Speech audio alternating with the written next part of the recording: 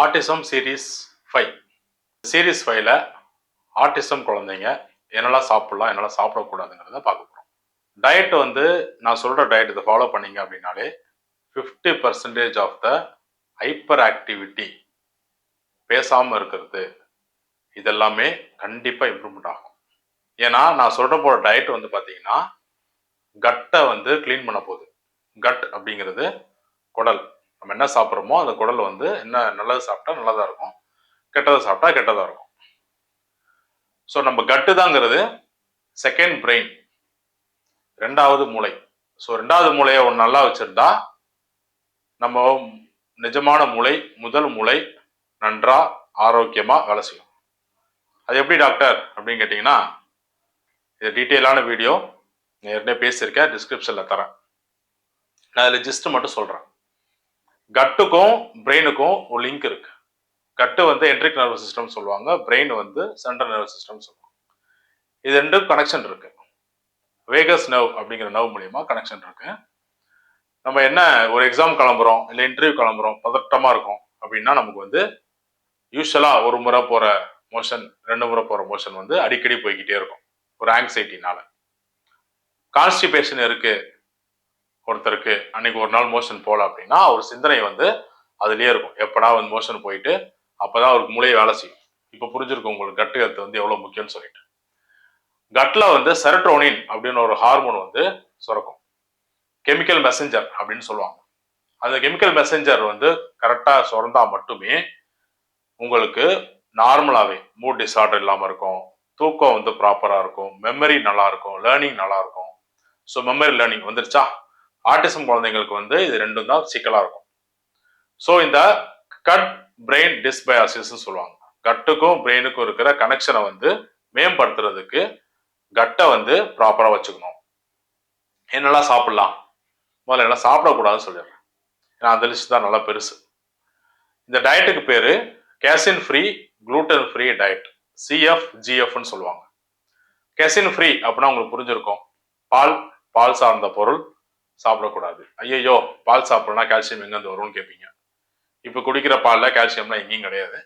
அதனால calcium rich food முட்டைக்கோஸ் இருக்கு, நம்ம நான்வெஜ் நல்லா சாப்பிட்டோம்னா அதுலேயுமே கால்சியம் இருக்கு. இந்த மாதிரி ப்ரொக்கோலி இருக்கு, அதுலேயும் கால்சியம் ஜாஸ்தியாக இருக்கு. ஸோ குழந்தைங்க வந்து ஆட்டிசம் குழந்தைங்களுக்கு வந்து டயட் ஃபாலோ பண்ணுறது ரொம்ப கஷ்டம். ஏன்னா நார்மலாக இருக்கிற குழந்தைங்களுக்கே வந்து ரொம்ப பிக்கியாக இருப்பாங்க, ஆட்டிசம் குழந்தைங்க இன்னுமே ரொம்ப பிக்கியாக இருப்பாங்க. ஏன்னா இதான் வேணும் இதான் வேணும்னு. இந்த கஷ்டம் தான், நான் இல்லைன்னு சொல்லலை. ஆனால் இந்த டயட்டை ஃபாலோ பண்ணீங்கன்னா 50% இம்ப்ரூவ் ஆகும். பாலை கம்ப்ளீட்டாக ஸ்டாப் பண்ணுங்க. தாய்ப்பால் கொடுத்துட்டு இருந்தீங்கன்னா தாய்ப்பாலை மட்டும் கன்டினியூ பண்ணுங்க, அதுக்கப்புறமா வேற எந்த பாலும் கொடுக்காதீங்க. இதுக்கு என்ன ரீப்ளேஸ்மெண்ட் அப்படின்னு கேட்டீங்கன்னா கோகோனட் மில்க் கொடுக்கலாம். தாய்ப்பாலுக்கு அடுத்து அது ரொம்ப அமிர்தம் அப்படின்னு சொன்னீங்கன்னா லாரிக் ஆசிட் இருக்கிற கோகோனட் மில்க் ரொம்ப நல்லது. அடுத்தது குளூட்டன் ஃப்ரீக்கு வருவோம். குளூட்டன் ஃப்ரீனா சப்பாத்தி மைதா, இது க்ளூ. இது வந்து இட்லி மாவு வந்து நம்ம வந்து அப்படி பசஞ்சு ஒரு ஷேப்பு கொண்டு வர முடியாது. ஆனால் சப்பாத்தி மாவையோ பூரி மாவையோ பரோட்டா மாவையோ நம்மளால வீச்சு பரோட்டான்னு கேள்விப்பட்டிருக்கேன், அப்படியே வீசுவாங்க, அப்படியே தின் லேயராக வந்துடும். என்ன காரணம் கேட்டீங்கன்னா அது க்ளூ இருக்கிறதுனால, குளூட்டன் அப்படிங்கிற ஒரு ஒரு இப்போ திங் இருக்கிறதுனால பார்த்தீங்கன்னா அது மாதிரி பண்ண முடியுது. அது உங்க குழந்தையோட பிரெயினை இம்பாக்ட் பண்ணும். அதனால குளூட்டன் ஃப்ரீ கேசின் ஃப்ரீ டயட்டை நீங்க ஃபாலோ பண்ணீங்க அப்படின்னா குழந்தைங்களோட கொக்னிஷன் அப்படின்னா முதல்ல கண்ணை பார்த்து பேச ஆரம்பிப்பாங்க. அடுத்தது கண்ணை பார்ப்பாங்க. ஃபர்ஸ்ட் உங்க பேர் என்ன அப்படின்னு கேட்டா கூட என் பேர் இதுதான், என் பேர் வந்து நான்சி, என் பேர் ஷெர்லி அப்படின்னு வந்து அந்த குழந்தைக்கு சொல்றதுக்கான ஃபர்ஸ்ட் ஸ்டெப்பு இந்த டயட்டை நீங்க ஃபாலோ பண்ணீங்கனாலே வந்துடும். மூணாவது நீங்க விட வேண்டிய ஐட்டம் பார்த்தீங்கன்னா சுகர், வெள்ளை சுகர், ப்ரௌன் சுகர் ரெண்டுமே ஸ்டாப் பண்ணிடணும். வேற என்ன இனிப்புக்கு சேர்த்துக்கலாம் அப்படின்னு கேட்டீங்கன்னா ஒரிஜினல் ஹனி கிடைச்சதுன்னா சேர்த்துக்கலாம், பனங்கற்கண்டு சேர்த்துக்கலாம். மற்றபடி வேற எந்த விதமான இனிப்பும் கிடையாது. உடனே ஸ்வீட் வாங்கி கொடுக்கலாமான்னு கேட்பீங்க, ஸ்வீட்ஸும் கிடையாது. ஸ்வீட்ஸுமே ஒயிட் சுகர்ல தான் செய்யறோம். அதனால கேசின் free, gluten free, sugar free diet ரொம்ப கஷ்டம், நான் இல்லைன்னா சொல்ல. ஆனா இந்த குழந்தைக்கு நீங்க இதை ஒரு மாசம் கொடுத்து பார்த்தீங்கன்னாலே 6 மாசம் தெரப்பி பண்ணதுக்கான எஃபெக்ட் உங்களுக்கு ஒரே மாசத்துல அந்த காக்னிஷன் அப்படிங்கிற விஷயம் நல்லா டெவலப் ஆகும், அவங்க பேச ஆரம்பிப்பாங்க. அதனால இந்த டயட்டை நீங்க வந்து கெசின் இல்லாம, குளூட்டன் இல்லாம, சுகர் இல்லாம, பேக்கட் ஐட்டம்ஸ் எதுவுமே இல்லாம, அதான் இருக்கிறதுல ரொம்ப சவாலான விஷயம். அதுல வந்து மால்டோடெக்ஸ்டின், சுகரோட மோசமா இருக்கக்கூடிய மால்டோடெக்ஸ்டின் ஜாஸ்தியா இருக்கும். எனி பேக்டு ஜூஸ், ஃப்ரூட்டி டப்பா மாரி வருதுல, எனி பேக்டு ஜூஸஸ் வந்து உங்களுக்கு அதில் மால்டோடெக்ஸ்டின் இருக்கும், சுகரோட மோசம். அதனால பிரெயின் ஹெல்த்தை வந்து அஃபெக்ட் பண்ணும், ஏன்னா அது கட் ஹெல்த்தை அஃபெக்ட் பண்றதுனால. ஸோ உங்க ஆட்டிசம் குழந்தைக்கு இந்த மாதிரி டயட்டை ஃபாலோ பண்ணீங்கனாலே உங்களுக்கு அந்த குழந்தை 50% எந்த தெரப்பியும் வேண்டாம், எதுவுமே வேண்டாம், 50% இம்ப்ரூவ் ஆகும்னு ஸ்டடி சொல்லுது. அதனால குளூட்டன் இல்லாம, கெசின் இல்லாம, பேக்கட் ஐட்டம் இல்லாம, சுகர் இல்லாம குழந்தைக்கு கொடுங்க. ஆட்டிசம் குழந்தைய 50% இம்ப்ரூவ் ஆகுது. ஸோ நீங்களே கண்கூட பார்த்து இந்த வீடியோக்கு கமெண்ட் போடுங்க. இல்லை டாக்டர், என்னால் இந்த சிஎஃப் ஜிஎஃப் டயட்லாம் ஃபாலோ பண்ண முடியாது, ஸ்டார்டிங்கில் வேறு ஏதாவது டயட் சொல்லுங்க அப்படின்னு பார்த்தீங்கன்னா, ஃபெயின் கோல்ட் டயட் அப்படின்னு ஒரு டயட் இருக்கு. இந்த டயட்லையுமே 58% இம்ப்ரூவ்மெண்ட் கொடுக்கும் குழந்தைக்கு. ஃபோக்கஸ் அண்ட் பிஹேவியர் டெவலப் ஆகும். இது என்ன டயட்னு பார்த்தீங்கன்னா, ப்ரிசர்வேட்டிவ் அல்லாத, சிந்தட்டிக் கலர்ஸ் இல்லாத, பேக்கேஜ்டு ஃபுட்ஸ் அல்லாத உணவுகள் கொடுக்கலாம். அதாவது உங்க எந்த பொருள் வாங்கினாலும் முதல்ல ஃப்ரண்ட் பார்க்காம பேக்கில் ப்ரிசர்வேட்டிவ்ஸ் ஆட் பண்ணியிருக்கான்னு பாருங்க. ப்ரிசர்வேட்டிவ்ஸ் எதில் இருந்தாலும், சிந்தட்டிக் கலர்ஸ் எதில் ஆட் பண்ணியிருந்தாலும், உங்கள் குழந்தை ஆட்டிசம் இருந்தால் அந்த குழந்தைக்கு இதை கொடுக்காதீங்க. உங்கள் பிரெயின் வளர்ச்சியை கண்டிப்பாக, அந்த குழந்தையோட பிரெயின் வளர்ச்சியை பாதிக்கும். இல்லை டாக்டர், நான் ஸ்ட்ரிக்டாக குளூட்டன் ஃப்ரீ, கேசின் ஃப்ரீ டயட்டை ஃபாலோ பண்ணுறேன், என்னெல்லாம் சாப்பிடணும் சாப்பிடக்கூடாதுன்னு ஜிஸ்டா சொல்லுங்கன்னா நான் இப்போ சொல்கிறேன். கெசின் ஃப்ரீ டயட்டில் பால், தயிர், மோர், டீ, காஃபி, சாக்லேட்டு, வெண்ணெய், நெய், பால் பொருள், குக்கீஸ், ஐஸ்கிரீம், சீஸ், இது எல்லாமே கெசின் தான். அதனால இந்த டயட், இந்த உணவு எதுவுமே கொடுக்கக்கூடாது.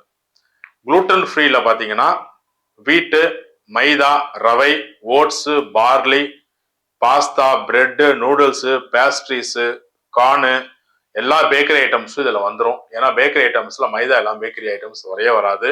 ஸோ இது எல்லாமே வந்து குளூட்டன்லாம் வந்துடும். ஸோ குளூட்டன் ஃப்ரீ டயட்னா இது எல்லாமே அவாய்ட் பண்ணி ஆகும். ஆர்டிஃபிஷியல் ஃப்ளேவர்ஸ், நான் சொன்ன மாதிரி ஆர்டிஃபிஷியல் கலர்ஸ் எல்லாத்தையும் அவாய்ட் பண்ணுங்க. Give calcium rich food.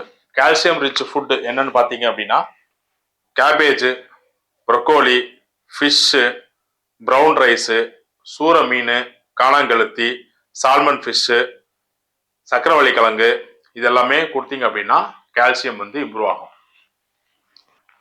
இன்னும் என்னெல்லாம் அவாய்ட் பண்ணணும் அப்படின்னு பார்த்தீங்கன்னா, corn meal, corn flakes, corn syrup. இந்த கார்ன் எல்லாமே பார்த்தீங்கன்னா ஒமேகா-6 ஃபேட்டி ஆசிட் இருக்கு. அதனால உடம்புல இன்ஃப்ளமேஷன் வரும். ஆட்டிசம் குழந்தைக்கு இன்ஃப்ளமேஷன் வந்துச்சுன்னா இன்னும் அவங்களுடைய பிஹேவியர் ரொம்ப மோசமா இருக்கும். நீங்க ஒரு எக்ஸ்பெரிமெண்ட் பண்ணி பாருங்க. உங்க குழந்தைக்கு தொடர்ந்து சர்க்கரை கொடுத்துட்டே இருங்க, பேக்கரி ஐட்டம் கொடுத்துட்டே இருங்க, டோனட் வாங்கி கொடுங்க. உங்க குழந்தை ஆட்டிஸ்ட் பிஹேவியர் எவ்வளவு மோசமா இருக்குன்னு பாருங்க. ஓடிட்டே இருப்பாங்க. அதே சர்க்கரையை ஒரு வாரம் ஸ்டாப் பண்ணி பாருங்க, அவங்க ஒரு இடத்துல உட்காருவாங்க. ஸோ உங்க சுகர் சிம்பிளா அந்த ஒயிட் சுகரை ஸ்டாப் பண்றதுனால இவ்வளோ பெனிஃபிட் வரும்போது, இந்த டயட்டை சிஎஃப் ஜிஎஃப் டயட் ஃபாலோ பண்ணும்போது பார்த்தீங்கன்னா உங்களுக்கு பிரம்மாண்டமான ரிசல்ட் தெரியும். சரி, என்னதான் சாப்பிடலாம் அப்படின்னு கேட்கறது எனக்கு கேட்குது. அரிசி மாவு, சீமை திணை மாவு, கியூனா ஃப்ளோர், சீமை திணைன்னு சொல்லுவாங்க. திணை வேற, சீமை திணை வேற. உடச்ச கோதுமை மாதிரி இருக்கும். ஆக்சுவலா அது கோதுமை இல்லை, கியூனா. அது கடையில் கிடைக்குது, அதை ட்ரை பண்ணலாம். பக்வீட் ஃப்ளோர், மர கோதுமை மாவு. ஸ்வீட் பொட்டேட்டோ ஃப்ளோர், மரவள்ளி கிழங்கு மாவும் யூஸ் பண்ணலாம், சக்கரவள்ளி கிழங்கு மாவும் யூஸ் பண்ணலாம். சொர்க்கம் ஃப்ளோர்னு சொல்லுவாங்க, சிவப்பு சோள மாவு. டாப்பியாக்கா ஃப்ளோர், நட் அண்ட் சீட்ஸ் எல்லாம் போட்டு ஒரு மாவு. இது எல்லாமே தனித்தனியா கடையில் விற்குது, நம்ம தேர்னா கிடைக்கும். நான் சொன்ன மாவுல அரிசி மாவு இல்லாம மற்ற மாவுல வந்து நீங்க இட்லியோ தோசையோ ஊற்றி கொடுக்கலாம். சப்பாத்திக்கு, பரோட்டாக்கு மாற்றா இந்த உணவுகள்லாம் நீங்க ட்ரை பண்ணலாம். கியூனால செஞ்சது, கியூனால பார்த்தீங்கன்னா நீங்க அது சீமை திணைன்னு சொன்னோம் இல்லையா, அதுல உப்புமா மாரி செஞ்சு கொடுக்கலாம். ஏற்கனவே சொன்ன மாதிரி பாலுக்கு பதிலாக கோகோனட் மில்க்கையும் ஆல்மண்ட் மில்க்கையும் நீங்க சப்ஸ்டியூட் பண்ணிக்கலாம். உங்க உணவுல அதிகமாக சேர்த்துக்கக்கூடிய பொருள் பார்த்தீங்கன்னா முட்டை, நட்ஸு, சீட்ஸ், இதெல்லாம் அதிகப்படுத்திக்கணும். Frozen food, frozen fruits, potato chips, cream items எல்லாத்தையுமே கட் பண்ணிடணும்.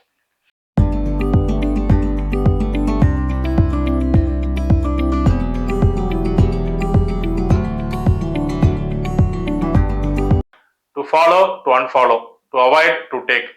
ரொம்ப சிம்பிளா இந்த ஒரு ஸ்லைட்லேயே உங்களுக்கு தெரிஞ்சிருக்கும். இந்த டயட்டை ஃபாலோ பண்ணுங்க.